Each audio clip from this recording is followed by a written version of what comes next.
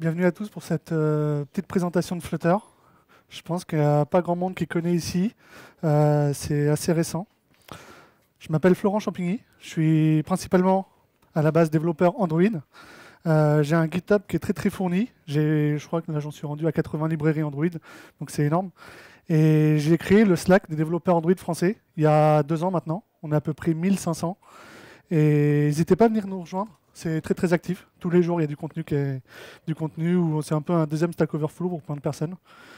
Et je suis développeur Android chez Idean. Idean qui est basé à Bayargues et on fait beaucoup d'applications mobiles. C'est pourquoi on s'intéresse à Flutter. Donc, je vais parler de design principalement, mais aussi comment se brancher à une API, parce que toutes les applications mobiles maintenant sont branchées à une API. Et il y a des cas spéciaux, l'affichage des listes qui en Android demande beaucoup de classes, et comment appeler du code natif depuis Flutter. Donc, Flutter, pour ceux qui ne connaissent pas, ça a été développé par Google. À la base, c'était pour leur nouvelle OS qui s'appelle Fuchsia. Fuchsia, c'est censé être le nouveau remplaçant dans le futur d'Android. Et il est censé ne pas tourner sur la JVM, contrairement à Android. C'est pourquoi ils ont décidé de créer un nouveau framework qui va compiler vers du natif. Et quand on dit natif, c'est pas du Java, c'est vraiment du natif x86 ou tous ces trucs-là. Et ils ont décidé de le rendre public et de le mettre sur GitHub. Et en même temps, au lieu de juste le faire pour Fuchsia, de changer juste une brique de code et de pouvoir l'exporter partout. Et quand je dis partout, vous allez voir que c'est vraiment partout. Ils l'ont même mis sur des montres connectées maintenant. Alors, je vous ai mis le lien pour le code source de Flutter. Pour développer en Flutter, on utilise Android Studio ou tout IntelliJ, c'est des plugins, et Visual Studio Code. Pour ceux qui étaient là avant, vous avez vu qu'il y a plein de plugins, et donc il y a des plugins pour Flutter. Et il y a un courageux qui l'a aussi porté sur Vim. On peut faire du Flutter sur Vim. Je vous invite à aller voir, c'est assez marrant, et le mec va super vite à faire ses écrans, en fait, c'est ouf. Qu'est-ce que Flutter nous promet? Flutter nous promet de faire des applications plus performantes qu'une application mobile qu'on ferait avec soit Android ou iOS. Et je vous jure, vous avez juste à lancer une application Flutter et vous vous rendez compte de la fluidité. On dépasse 60 fps, alors que sur Android, genre rien qu'afficher une liste, souvent ça lag, quoi. Alors que là, non, pas du tout, parce qu'on se passe de la JVM. Et on peut même faire des applications plus vite, on va même développer plus vite que si on le faisait juste avec de l'Android ou de l'iOS. Ce qui est un peu faux maintenant avec iOS, ils ont lancé SwiftUI, pour ceux qui ont un peu suivi. Bref. Et on va pouvoir développer notre application et la publier partout, même maintenant avec Hummingbird vers du web. On va faire des sites web avec Flutter. Voici toutes les plateformes supportées par Flutter. Il y en a juste un petit qui a été oublié, mais vous comprendrez pourquoi. Paix à son âme. Je ne sais pas s'il y a des développeurs qui ont bossé dessus. Bref, comment ça marche Flutter? Flutter, je vous ai dit, n'utilise pas du tout la JVM sur Android et en fait, il va complètement réécrire tous les pixels. Il va se brancher au-dessus, pas d'OpenGL puisque ça devient un peu vieux maintenant, mais de Skia qui est une librairie qui va taper sur OpenGL. Il va se baser dessus et il va réécrire tous ses widgets par-dessus. Là où React Native, il me semble, réutiliser les composants natifs du téléphone. Et quand on dit natif, c'est genre le bouton sur Android. Alors que là, il va redessiner les boutons pixel par pixel. Et pour tout ce qui est appel à du code Android, par exemple, il va utiliser ce qu'il appelle les platform channels. Un platform channel, je vais vous l'expliquer un peu plus tard. On va même pouvoir en créer nous-mêmes. Et dans notre code, appeler du code qui va être interprété par la machine, genre sur iOS ou sur Android, avoir un comportement propre au smartphone. Et que ça soit complètement transparent du côté Flutter. Voici la vidéo qui m'a donné envie de faire du Flutter. Je sais pas si c'est pas du tout lancé, cool. Bref, c'est pas grave. En fait, ce qu'on pouvait voir, c'était un développeur à la Flutter Live qui affichait son avatar dans une sorte de stack du Canva avec le petit bonhomme qui bougeait. Et dans son téléphone, il arrivait à zoomer sur le téléphone. Et au sein du téléphone, sur l'écran, il y avait une Google Map. Il y avait une Google Map dans le petit écran du petit bonhomme qui bougeait. Et ça, en Android, ça serait complètement impossible à faire. Ou alors, si vraiment vous y arrivez, franchement, ça va laguer à mort. Ça ne sera pas du tout productif. Alors que là, c'est super fluide. Et il a utilisé pour ça un truc qui s'appelle Flare. Ça permet de générer une sorte de SVG qu'on va pouvoir animer. Ça va générer du code Flutter à partir d'un site web où on va juste designer nos icônes, quoi. Et ça marche super bien. Donc, Flutter nous promet de créer des applications rapidement. Comment ça marche? En fait, on oublie le vieux modèle MVC, où d'un côté, on va faire nos vues, de l'autre côté, on va faire notre contrôleur, on va brancher dans les deux sens, on oublie un identifiant, ça crache, bref, on oublie ça en Flutter. On va faire un arbre de composants. On va avoir, par exemple, une liste qui va contenir 3 labels. Et bien là, dans notre code, on va vraiment avoir un objet qui va s'appeler liste et 3 objets qui vont s'appeler label. Cet arbre va être réactif, c'est-à-dire que si la liste, on lui dit mets-toi à jour, ça va mettre à jour tous les composants qui sont en dessous et les redessiner. Mais c'est pas comme en Android où en fait, le fait de redessiner ou de recréer, ça va recréer tout l'arbre qui est en dessous, élément par élément, et ça va overrider la JVM et ça va ramer. Là, en fait, il faut distinguer, il y a l'arbre des données qu'on va utiliser, et en parallèle, lui, il va créer un arbre, qui est l'arbre des vues, des widgets plutôt, qui va dessiner. Et en fait, le fait de changer un arbre, de changer un élément dans l'arbre, il va donner un identifiant, une clé à tous les éléments qui sont dans l'arbre, qui va faire correspondre de l'autre côté avec ces widgets. Et en fait, il va juste mettre à jour le widget de l'autre côté sans le recréer. Alors qu'en Android, on aurait tout recréé, ça aurait fait ramer à mort. Et ça, c'est super fort. On utilise Dart. Je sais que ça fait peur à certains, mais Dart, c'est un langage qui est super simple à utiliser en fait et à apprendre. On n'est pas au point de Kotlin. On a des trucs qui manquent par rapport à Kotlin, mais c'est open source, donc ils sont en train de travailler dessus. En fait, on se place entre Java et TypeScript.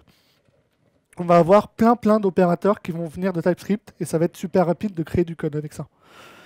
Et surtout, Dart a 2 modes. On va pouvoir en debug l'émuler, enfin l'interpréter, ce qui va être super cool pour juste mettre à jour quand on fait commande S sur Mac, on va mettre à jour avec le hot reload notre émulateur ou notre device. On va juste lui dire voilà le nouveau code à exécuter et ça va juste appliquer le changement. Ce qui, sur Android, ne marche pas avec nos vieux trucs Java. Et on va gagner en performance en compilant le code en release. Et donc, par exemple, si on trouve que déjà que ça booste en debug, alors en release, on va avoir 0 frame perdu, quoi. Je vais vous montrer comment j'ai refait l'application de Twitter, qui est très simple, en Flutter. En Flutter, en fait, on va faire ce qu'on appelle de l'atomic design. On va, par exemple, à partir de la vue, la Twitter view, on va créer plein de petites sous-vues qu'on va juste ordonnancer ensemble. Donc, il va y avoir le label, la partie link, et en dessous, les boutons. Les labels, on va juste les mettre dans une colonne. Après, on met une petite ligne pour mettre l'image à gauche. Et le tout, on le met encore dans une autre colonne. Mais ça reste quand même du code compréhensible. On repart de là. Moi, je vais m'intéresser aux labels qui sont en haut. Vous voyez, en fait, j'utilise un widget. Et dans ce widget, il y a une méthode build qui va nous dire à quoi doit ressembler le widget. Et là, franchement, même quelqu'un qui ne fait pas de code arrivera à lire que y a une ligne et il y a un texte, un espace, un texte, un espace, un texte.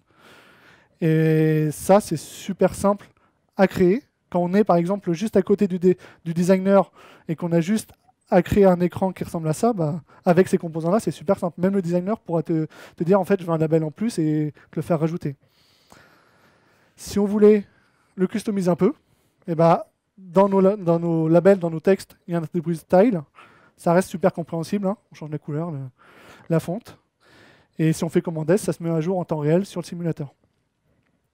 Mais en Atomic Design, ce qu'on aimerait bien, c'est que au lieu d'écrire en dur ce que l'élément doit afficher, on aimerait bien le passer à la création de l'élément. Comme ça, si on a 2 labels, si on a 2 tweets différents à afficher, on a juste à passer à l'élément le nouveau texte affiché, pas le dupliquer. Pour faire ça, c'est pas compliqué. En fait, on utilise des stateless widgets. Il y a 2 principaux widgets en Flutter. Ça, c'est un peu compliqué à appréhender au début. Il y a stateless widget pour mettre à jour l'élément, il y a juste besoin de le recréer. La Twitter View aura juste besoin de recréer le Twitter Label avec les nouveaux paramètres pour que ça le mette à jour dans l'arbre d'affichage. Et à l'inverse, il y a les Stateful Widgets qui, eux, ont une méthode setState pour dire je me mets à jour, ça serait à l'intérieur de la Twitter View, de la Tweet Label, je me mets à jour en affichant ces nouvelles données. Et là, bah, j'ai juste rajouté dans le constructeur le texte à afficher. Et bah, dans la méthode build, au lieu de mettre le texte en dur, bah, je vais utiliser la référence, le string à afficher. Pour l'instant, c'est pas trop compliqué. Et je peux l'utiliser comme ça. Après, ce que j'ai envie, c'est que l'utilisateur puisse interagir avec mes composants. J'ai envie qu'il puisse cliquer dessus. Je vais encore faire le parallèle avec Android. Pour ça, on utiliserait sur notre vue une méthode setOnClickListener, setOnTouchListener. Et ça encore, il faudrait que ça ait été implémenté par le mec qui a fait le composant graphique. La force de Flutter, en fait, c'est que pour rajouter du code ou rajouter une interaction à un élément, en fait, on va entourer l'élément de ce qu'on veut en faire, de l'interaction. Et on peut faire pareil avec des styles, en fait. Si un élément s'affiche en bleu, eh ben, on va pouvoir rajouter un style par-dessus pour dire la couleur par défaut, en dessous, ça ne sera pas bleu, ça sera rouge. Au lieu de juste faire une extension de notre vue et modifier du code et tout ça. On repart de la Twitter View. Là, on va s'intéresser aux boutons qui sont en bas. Un bouton, bah, ça reste juste un icône, un texte et un peu d'espace. Jusque-là, rien n'a changé. Et je vais vous montrer comment, à partir de juste celui-là, j'ai réussi avec la composition, en rajoutant des éléments par-dessus, à créer la ligne des 4 boutons. Ah merde, c'est une vidéo, mais je ne suis pas sûr qu'elle va se lancer. Ah si. On voit qu'il y a plein d'extensions d'Android Studio qui permettent de rajouter du code au-dessus d'un widget. Ça marche super bien, c'est super pratique. Et voilà, et ça met à jour directement l'écran à droite avec le hot reload. Alors qu'en iOS ou en Android, on aurait besoin de recompiler le truc qui aurait pris, je sais pas, 3 minutes pour arriver sur le téléphone. En tant que développeur mobile, la première fois que j'ai vu ça, j'étais un peu aux anges. Par contre, c'est sûr que pour les développeurs web, il suffit de faire un petit F5 et on a la nouvelle donnée, quoi. On n'a pas cette chance-là sur mobile. Donc, on repart de cette vue-là.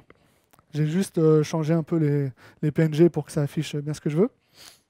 Et j'ai enlevé pour le share. On va s'intéresser juste au premier. Là, j'ai envie de le rendre cliquable. Comment le rendre cliquable? Je vous ai dit, on l'entoure juste d'un gesture détector avec le OnTap qui va être appelé avec une lambda au moment où l'utilisateur a cliqué. Ce qui est super pratique. J'aurais pu le mettre autour de Expanded aussi, ça aurait fait la même chose. Et ce qu'on aimerait bien, en fait, c'est que la gestion du clic ne se fasse pas dans le bouton, puisque sinon, il faudra remonter l'information, ça va être un peu chiant. Ce qu'on aimerait bien, en fait, c'est qu'au moment où on crée le bouton, on lui passe un callback qui va être appelé au moment où l'utilisateur a cliqué. Pour ça, c'est pas plus compliqué. On a un stateless widget. Voilà. On repart de notre tweet button, qui est un gesture détector. On va juste lui donner un paramètre, lors de la création, une fonction de type void, qui va être appelée. On va le mettre directement dans l'OnTap. Ça va être appelé au moment où l'utilisateur a cliqué. Parce que là, c'est super lisible encore. Donc, on va avoir ça. Et on peut imaginer marche encore ça? On peut imaginer qu'on l'a branché sur nos 4 boutons. Donc pour l'instant, on a fait les petits labels en haut et on a fait les boutons en bas. Je vous épargne l'affichage du milieu et tout ça, ça va être la même chose. Prochaine étape, c'est afficher notre liste de tweets. Sur Android, si on voudrait afficher une liste, on va se taper tous ces éléments-là. On va avoir une recycler view, un view holder, un adapteur, tout ça. Tout ça pour une liste en fait. C'est beaucoup de boilerplate qui ne sert à rien.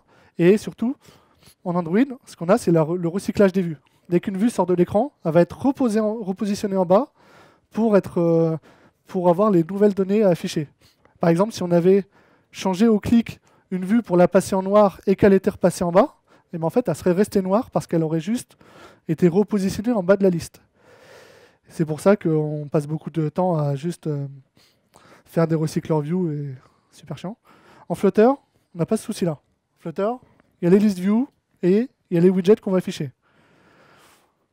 On repart dans notre exemple. Là, vous avez le code complet d'une application Flutter. Vous voyez que c'est super court quand même. Pour l'instant, on affiche juste une tweet view. J'ai envie d'en afficher 2. Bah, je les mets juste dans une list view. C'est pas plus compliqué que ça. Je voudrais en afficher 3. J'en mets un 3e dans la list view. Et en fait, ça va faire le recyclage tout seul. Ça va être super performant. Et c'est un gain de temps quand même, comparé à Android. Et si on voulait l'afficher par rapport à une liste d'objets modèles, bah, c'est pas plus compliqué. On map notre liste au widget TweetView. Et on pourra scroller, on pourra faire tout. C'est super pratique quand même. L'appel réseau. On a envie de se brancher à une API pour récupérer nos tweets. Premièrement, je vais vous montrer comment afficher une image depuis Flutter. Sur Android et sur iOS, encore une fois, on va être obligé d'avoir des librairies pour faire ça. C'est pas natif. Sur du web, il y a le IMG, ça marche très bien. Mais nous, on ne peut pas le faire sur Android. En Flutter, ils l'ont pensé mieux. Par exemple, pour afficher cette image, et ben en fait, c'est juste dans notre composant image, on a une méthode .network qui va prendre en paramètre une URL et bim, ça l'affiche. Ça va même gérer le cache, tout ça, ça marche super bien. Et c'est vraiment un composant de l'arbre. Dans l'arbre, on va mettre directement l'URL ou le string qui contient l'URL et notre image.network, et bim, ça affiche. Maintenant, si on veut vraiment brancher avec du JSON qui est sur un serveur. Moi, j'ai juste ajouté des dépendances pour ça. On rajoute la dépendance HTTP pour faire un get. Et un truc qu'on fait beaucoup sur mobile, c'est qu'on va directement désérialiser nos JSON en utilisant des annotations sur des objets modèles. Et pour faire ça simplement, Flutter, eh ben, ils ont les JSON annotations, qui marchent très bien. Et il faut juste importer build runner. Je fais juste une aparté sur Flutter package. Au lieu d'aller sur GitHub ou sur plein de sites pour trouver nos dépendances, là, ils ont tout regroupé sur Flutter package. Et il y a un système de ranking qui marche super bien. On va pouvoir savoir si la librairie est mise à jour souvent, qu'est-ce qu'elle supporte, les issues directement. Donc, dès que vous faites du Flutter, essayez de vous intéresser à tout ce qui est sur Flutter Package. Donc, imaginons que Twitter nous renvoie ça. Ce n'est pas le cas, mais qu'il nous renvoie un JSON aussi simple que ça. On va, en Flutter, créer nos 3 classes, tweet, link et author. Je vais m'intéresser que à tweet ici. Je vais rajouter un constructeur. Les accolades dans le constructeur, ça sert juste à pouvoir, lors de la création de l'objet, pouvoir faire, par exemple, id 2.1, texte 2.toto. C'est juste pour pouvoir labeller notre constructeur et les éléments qu'on met dedans. Après ça, je vais rajouter la notation JSON sérialisable. Et là, en fait, on peut renommer aussi juste un composant en mettant JSON key. Par exemple, le texte s'appelait tweet sur le JSON. Je vais juste rajouter il y a une méthode en bas pour le transformer en JSON et une méthode en bas pour créer le JSON, pour créer à partir d'un JSON. Et en fait, tout ça va être généré lors de la compilation dans un fichier qui va s'appeler part dans le tweet.g.dart avec cette méthode-là. Et une fois qu'on a lancé ça, on peut le lancer dans Jenkins par exemple, et ben en fait, on va pouvoir appeler les méthodes qui sont générées en dessous, tweet, from JSON, tout ça. Ça rajoute pas beaucoup de code et au moins ça fait tout la désérialisation pour nous. Donc on repart de notre JSON et de notre URL. Comment ça se transforme en Flutter? Je vais faire une classe web service. Comme on le ferait en JS ou en TypeScript, ça renvoie une future. La méthode, il faut qu'on mette le mot-clé A5 pour pouvoir juste appeler le mot-clé await dans notre code. Sinon, on est obligé de se taper les nzn et tout ça, c'est super moche. Là, ça reste assez compréhensible. Donc on fait notre get. Et après, il y a 2 lignes pour désérialiser. Franchement, on ne peut pas faire plus simple. Donc c'est ce que je disais, il y a de la synchrone. C'est un peu comme les coroutines en Kotlin, pour ceux qui utilisent. Donc on repart de notre application. Ce que j'ai juste envie, en fait, c'est que la liste des tweets qu'on a en haut, en fait, je la reçoive directement du web service et qu'au moment où je la reçoive, je mette à jour la liste. Pour ça, je vais utiliser un future builder c'est aussi un élément de l'arbre, c'est aussi un widget. Future Builder, on lui passe le futur, qui va être branché du coup au web service, qui va faire l'appel directement lorsqu'il va être affiché. Et à l'intérieur, ça nous renvoie un snapshot. Le snapshot, il va juste nous dire est-ce que je suis en train de charger ou est-ce que j'ai déjà la donnée. Si je suis en train de charger, on affiche la progress indicator. Si j'ai la donnée, on la récupère et le code reste le même en dessous. À partir de la liste des tweets, je refais mon map et je raffiche. Et ça m'a rajouté 2 lignes pour juste faire l'appel réseau. Sans utiliser d'architecture. Bien sûr, il y a des architectures si on veut pour le faire un peu en détaché de l'affichage. Dernier élément, comment appeler du code natif Android, pour mon cas depuis Flutter, ou inversement, ça se fait aussi simple dans les deux sens. En fait, lorsqu'on crée un projet Flutter, il y a 3 sous-dossiers qui sont directement créés. Il y a le dossier lib qui va contenir tout le code Dart qu'on va mettre. Il y a un dossier Android qui va contenir un projet Android, avec tous les Gradle, avec tous les Java, les XML, tout ça. Et à côté, il y a un autre dossier iOS qui va contenir tout ce qui est... c'est un projet Xcode en fait, qui va avoir CocoaPods, tout ça. Et on va en Android ouvrir un platform channel qui va avoir le même nom qu'en Flutter. Et en fait, c'est juste un observable qu'on va pouvoir pinguer dans les deux sens.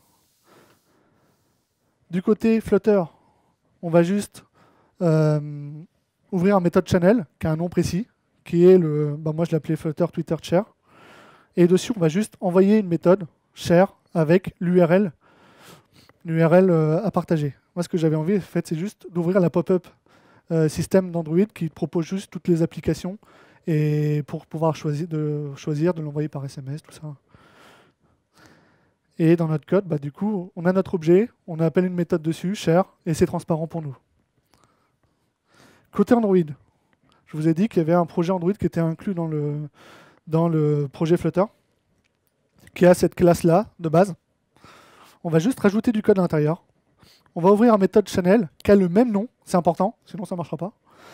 Et on va mettre un callback dessus pour être au courant si une méthode, si un mot atterrit sur le channel. Je vais juste écouter le mot share, et dans le cas du share, je sais que je vais recevoir une URL. Je n'ai pas besoin de faire des tests. Après, c'est sûr que si on fait un plugin et qu'on le partage en ligne, il faudrait plutôt faire des tests à ce moment-là. Et l'URL, je vais directement la partager en utilisant, ça c'est vraiment du code Android. C'est pas du code Flutter, c'est pas comme si on faisait du Xamarin ou on redéveloppait en C#, tout ça. Là, c'est vraiment, il y a Android et Flutter de l'autre côté. Et les deux interagissent ensemble. Et donc, lorsque je clique sur Share, ça ouvre bien la pop-up système et ça ne m'a pas pris beaucoup de lignes de code. Ouh. Donc, je vous ai montré tout ça pour vous donner envie de tester Flutter. Après, on pourrait aller beaucoup plus loin si on voulait. Je vais juste vous parler des petits mots-clés qui seraient intéressants à suivre. Il y a RxDart pour faire l'équivalent des RxJava, tout ce que vous connaissez sur Dart, ça marche super bien pour faire des programmations réactives. On va avoir le pattern block qui est super intéressant. C'est de la programmation, c'est une sorte de MVVM pour Flutter qui est super bien pensé. Je vous laisse aller voir en ligne. On va avoir les silver. Les silver, c'est intéressant dans les list view. Lorsqu'on veut, par exemple, suivre le scroll et réduire la taille d'un élément de la liste en suivant le scroll. Sur Android, c'est la misère. Sur iOS, c'est la misère.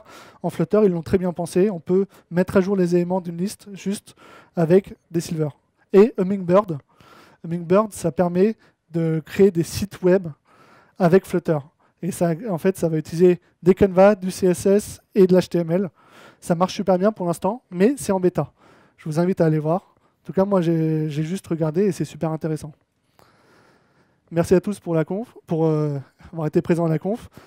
N'hésitez pas à mettre une petite review et à venir me voir pour des questions Flutter. Je ne pense pas qu'on va avoir le temps pour des questions maintenant, mais n'hésitez pas à venir me voir. Je vous répondrai. Moi, en tout cas, je kiffe en faire.